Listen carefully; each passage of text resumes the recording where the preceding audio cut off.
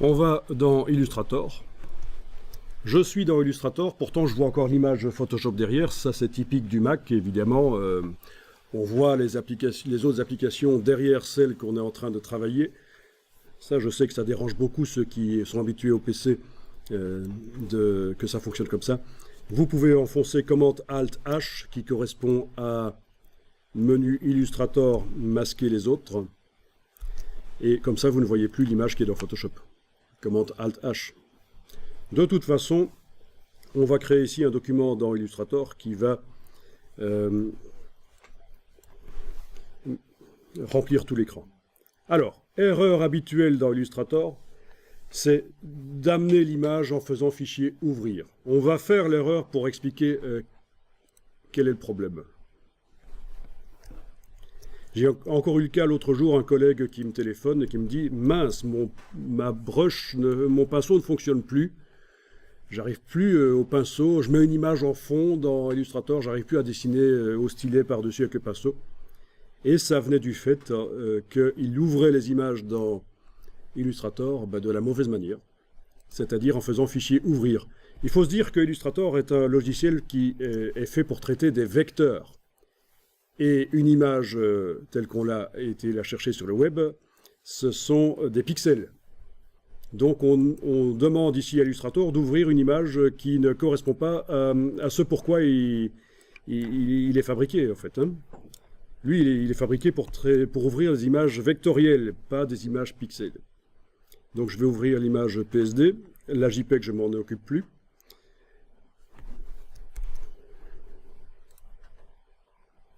Illustrator va créer un document qui va contenir l'image. Voilà. Mais si vous allez voir dans toutes les palettes de Illustrator, vous allez voir que elles sont vides en fait. Quasiment vides. Menu fenêtre nuancier. Bah tiens, il n'y a pas de nuance. Menu fenêtre forme. J'ai parfois un peu de mal parce que je suis habitué à la version anglaise. Mais donc voilà, menu fenêtre forme, il n'y a pas toutes les formes, il n'y a que la forme de base. Ah ben non, voilà, c'est ça, c'est un document qui ne contient pas de choses de départ. Qu'est-ce qu'on a d'autre? Les styles, le style graphique, menu fenêtre style graphique, vide aussi. Menu fenêtre dégradé de couleur, oui évidemment ça c'est pas la palette, normalement c'est du nuancier donc. Voilà, vous avez compris que c'est un problème, qu'il ne faut pas faire ça. Même chose dans Photoshop en fait, quand vous voulez ouvrir des vecteurs dans Photoshop, importez-les, ne faites pas fichier ouvrir. Il faut toujours penser à ça, pour quel matériel le logiciel a été prévu, qu'est-ce qu'il est prévu qu'il ouvre comme type d'image.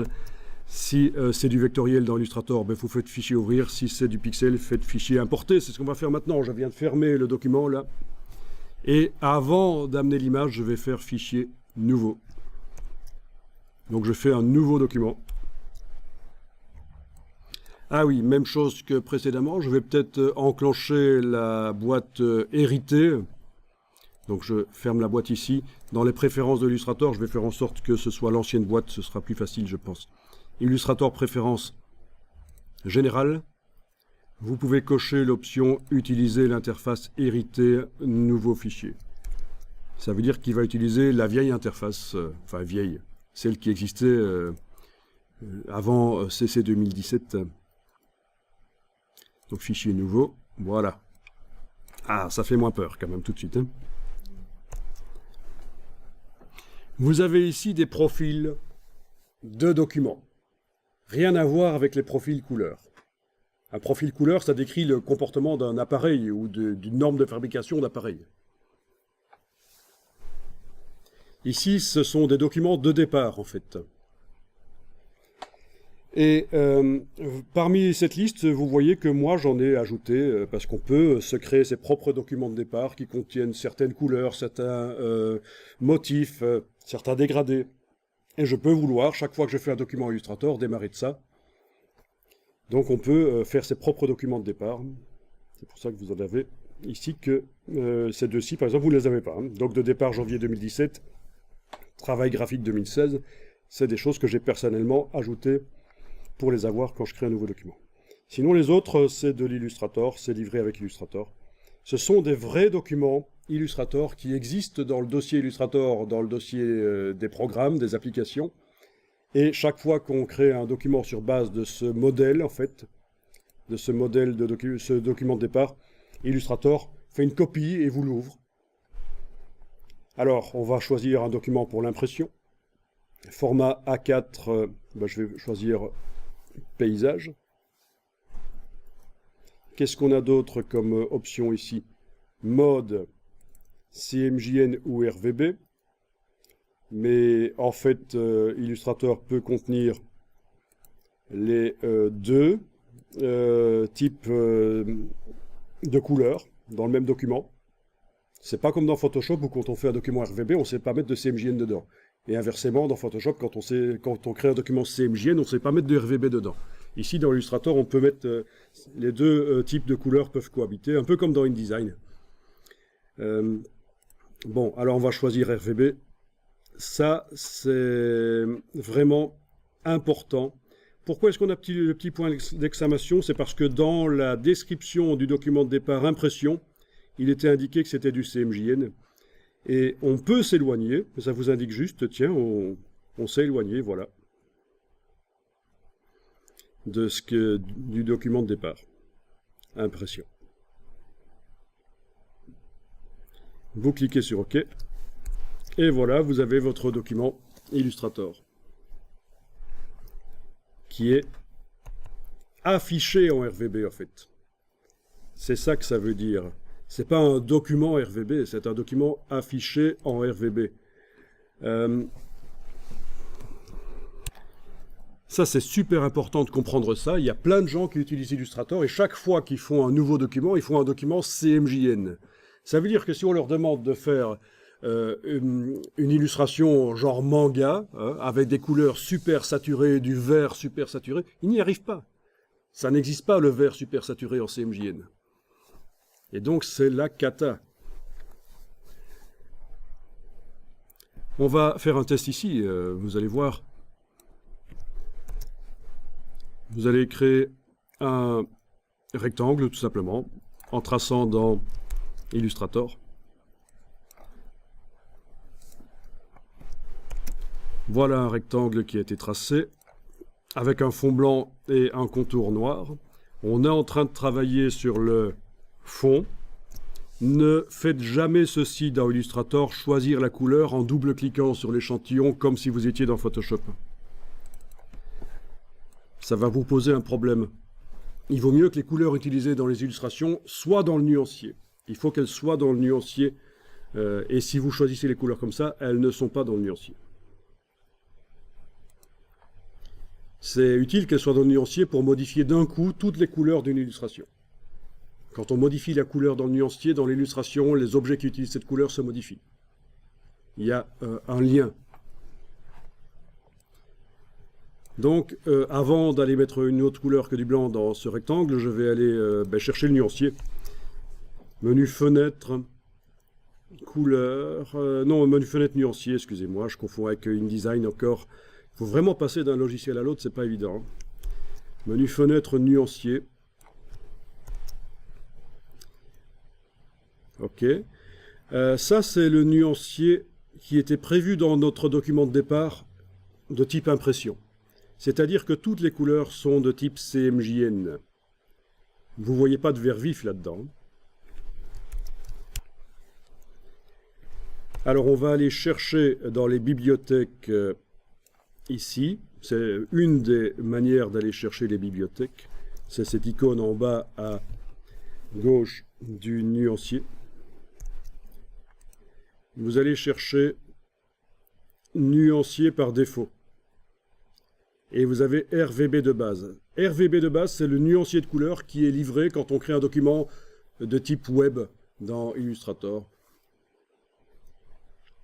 Et c'est ce qu'on aurait eu si on avait créé un document de type web. Mais on peut encore aller chercher là. Voilà. Vous avez un nuancier RVB de base qui arrive avec des couleurs vives. Donc, vous pouvez choisir une couleur dans le nuancier RVB de base. Vous allez voir, vous allez souffrir aussi, passer d'un logiciel à l'autre, des choses similaires mais qui ne fonctionnent pas de la même manière.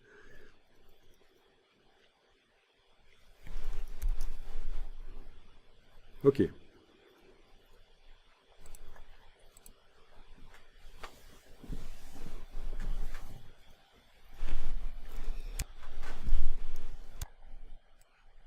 Bon, je peux la glisser en fait, hein.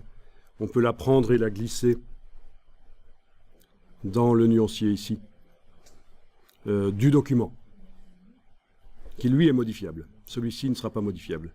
Les nuanciers, les choses qui viennent des bibliothèques ne sont pas modifiables facilement. Est-ce que vous remarquez que votre vert, là, vous paraît vif, ou quand vous choisissez un rose, là, est-ce que vous remarquez qu'il est vif? Là aussi, je peux le déplacer dans le nuancier ici, voilà. Vous voyez que c'est saturé. Bien, vous pouvez fermer la palette RVB de base, et on va voir qu'il est également possible, bien sûr, dans le nuancier du document, de créer une couleur vive. Menu de la palette nuancier, nouvelle nuance. Là, vous avez le choix du mode de création couleur.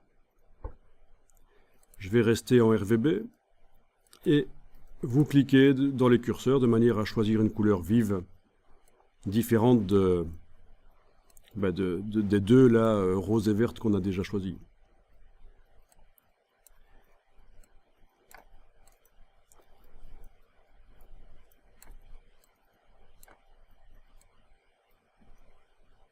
Voilà.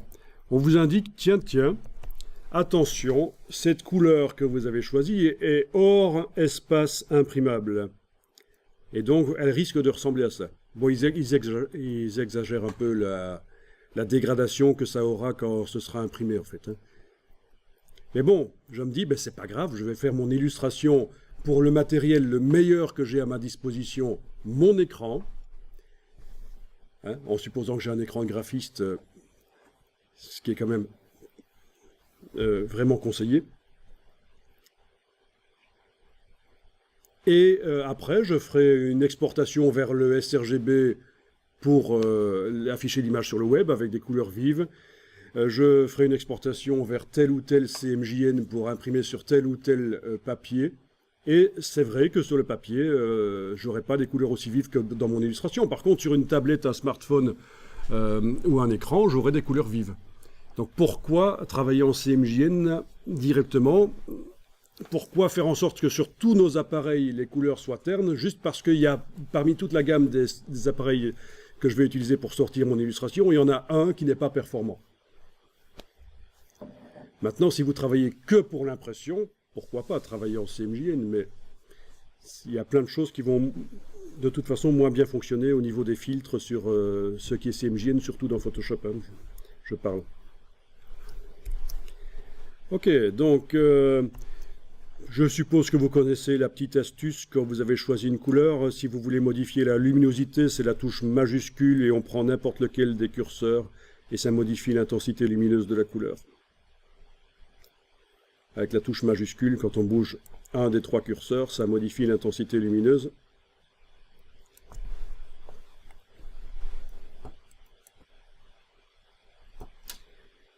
Ici, global, c'est l'option que vous devez cocher si vous voulez créer une couleur globale. Vous verrez que dans InDesign, les couleurs qu'on crée sont d'office global. Dans Illustrator, elles ne sont pas d'office global, il faut le demander. Donc allez-y, cochez l'option globale. Ça veut dire quoi? Ben, vous voyez que l'échantillon de couleur apparaît avec un petit triangle là. Ça veut dire que si j'utilise cette couleur sur plein d'objets, et là, je vais aller sortir ma palette des objets en entrant dans le menu et en allant sur cette barre ici. Vous avez rendu la palette flottante. Je vais faire une petite étoile ici. Voilà. Encore une autre là. Bien. Oh, tiens, je vais faire une étoile là, mais lui mettre une autre couleur. Et là, voilà.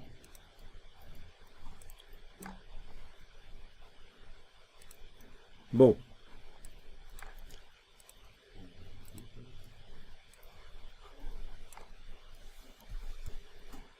On a donc une illustration avec 3 couleurs ici, dont une des couleurs qui est globale.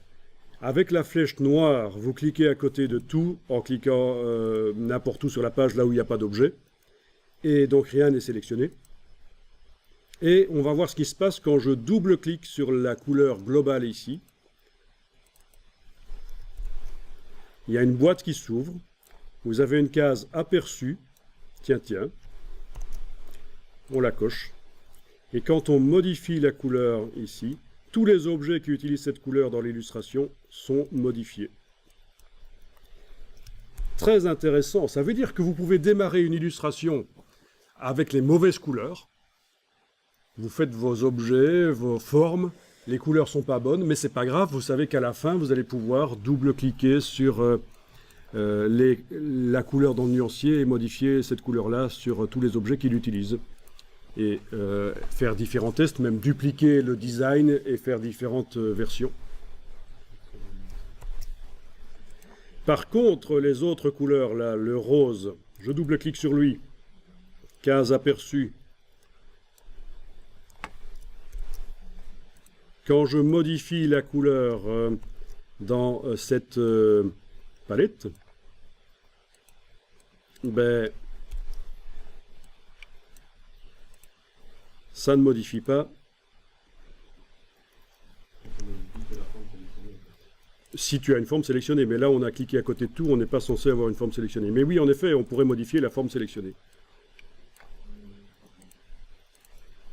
Oui, si je sélectionne une des formes, là, voilà.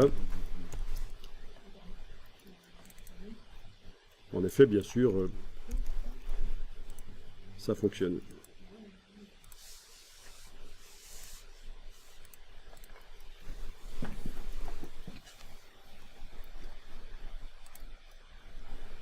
Ok.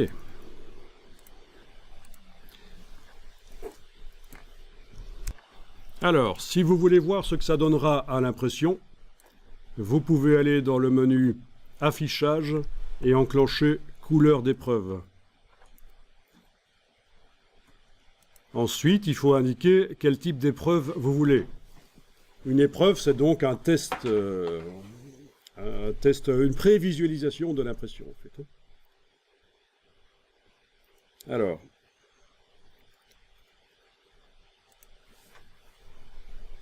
vous allez, je vais essayer ici, regardez ce que ça donne. Oui, ça marche, mais est-ce que j'ai une forme qui est sélectionnée? Oui.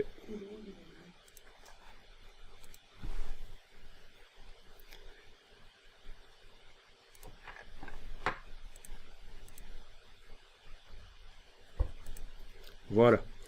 Donc après avoir enclenché couleur d'épreuve, vous allez dans format d'épreuve, personnalisé. Donc menu affichage, format d'épreuve, personnalisé. Vous choisissez dans la liste ici quelque chose, notamment les normes européennes pour l'impression. C'est le FOGRA, 27 ou 39, ça dépend du type de papier. Vous enclenchez la case aperçue. Et vous voyez, en cochant et en décochant la case aperçue, les couleurs qui vont subir une dégradation parce qu'elles sont hors gamme imprimables. Donc typiquement, le vert et le rose ici ne pourront pas s'imprimer telles quelles.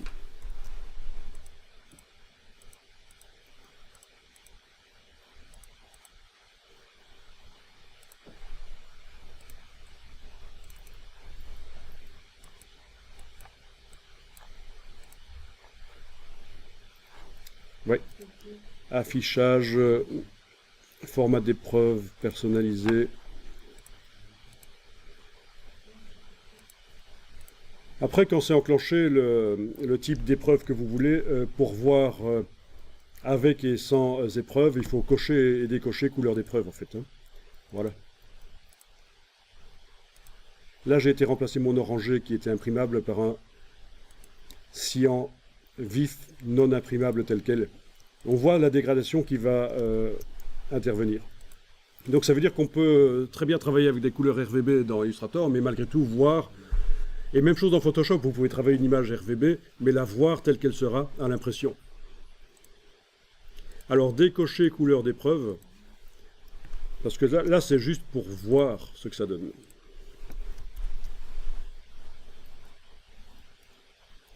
Une simulation d'un certain périphérique.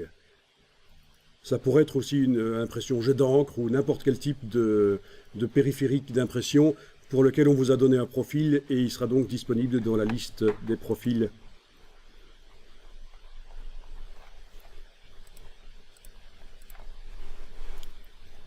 Alors, vous pouvez aussi changer le mode colorimétrique du document, menu fichier, mode colorimétrique, et passer en couleur CMJN.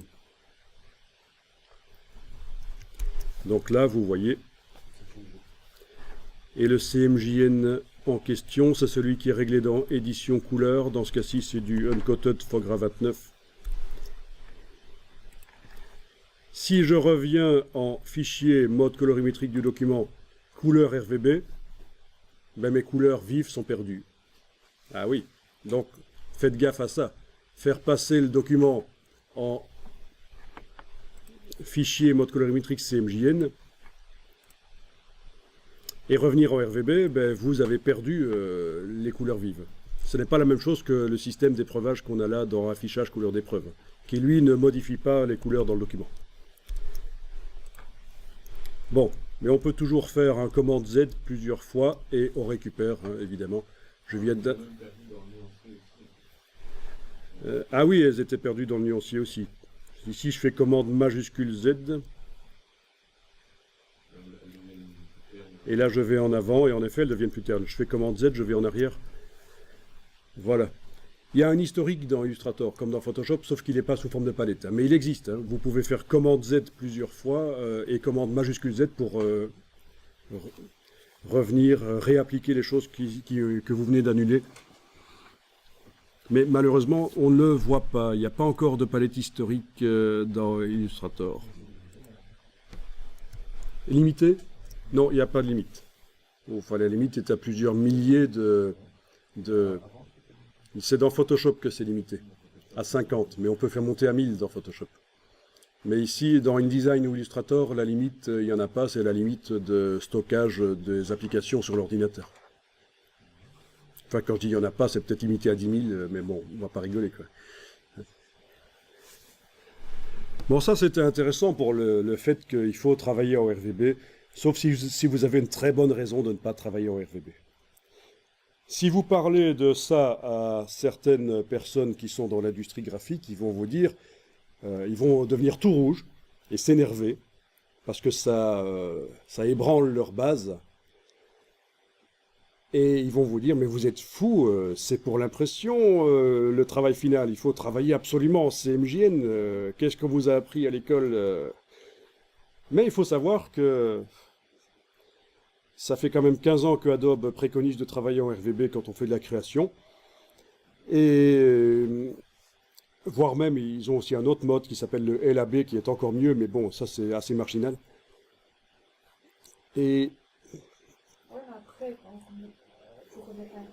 donc, je réponds à ta question. Après, il faut quand même remettre en CMJN pour remettre à l'imprimeur. En effet. Mais une illustration, un logo aujourd'hui, il s'affiche aussi sur tablette, smartphone, écran, TV, qui est capable d'afficher plus de couleurs vives que le CMJN. Donc pourquoi? Parce que parmi tous mes périphériques d'impression, il y en a un qui est faiblard au niveau des couleurs saturées, qui n'est pas capable de montrer des couleurs saturées. Pourquoi est-ce que je vais faire mes créations en CMJN? Et c'est quand même plus difficile de faire une illustration si on est limité au niveau de la palette des couleurs. Pourquoi? Vous avez une série d'invités, vous invitez 12 personnes chez vous à manger, vous vous préparez à manger. Parce qu'il y en a une qui boit du coca et qui n'est pas capable d'apprécier un bon steak, vous allez faire un mauvais repas à tout le monde? Non. Même principe ici. Vous avez un appareil parmi tous les appareils de sortie qui n'est pas bon. Pourquoi est-ce que pour tous les appareils, vous allez mettre des couleurs ternes?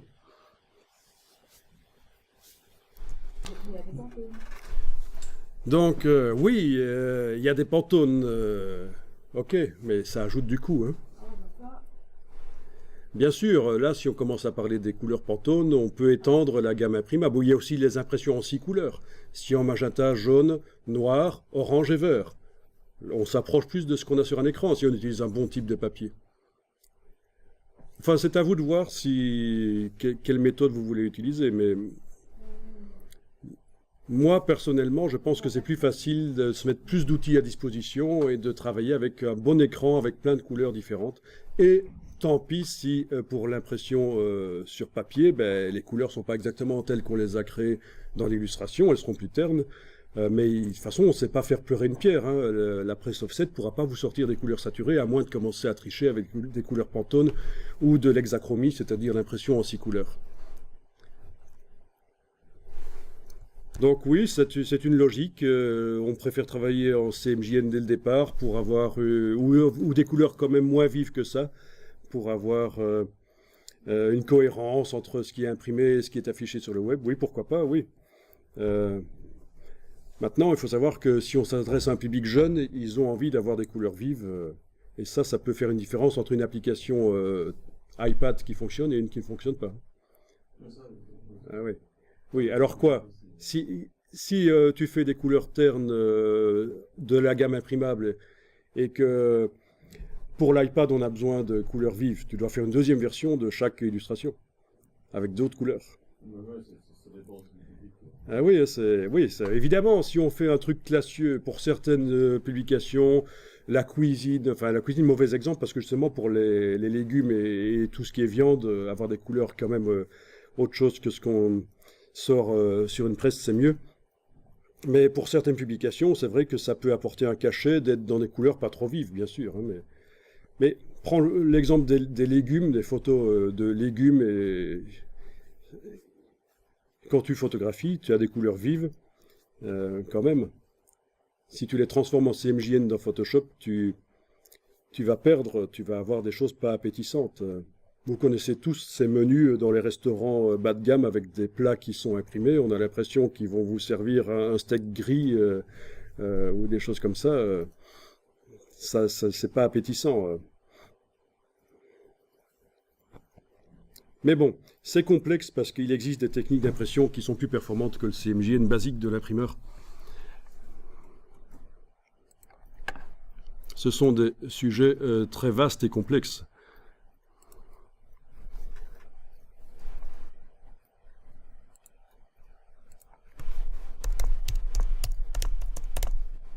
Il faut bien se rendre compte que l'impression, ça va disparaître. Hein. Ça va devenir quelque chose de plus en plus rare. Hein. Ça va être de plus en plus pour les produits haut de gamme. Mais pour ce qui est bas de gamme, pour ce qui est magazine, tout ça, c'est en train de disparaître de plus en plus. Hein. Il y a de plus en plus de magazines et de journaux qui se cassent la gueule. Hein. Donc, de plus en plus, on va être vers l'affichage sur écran.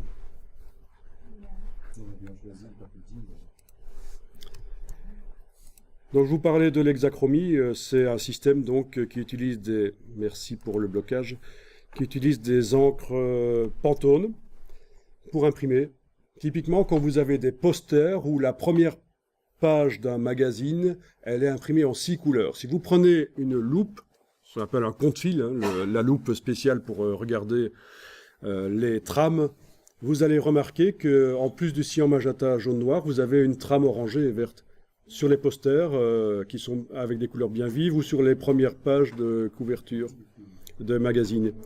Et en plus d'utiliser de l'orangé et du vert comme encre, il faut savoir que le cyan et le magenta sont plus vifs que le cyan magenta bas de gamme de l'imprimeur quand il imprime du CMJN.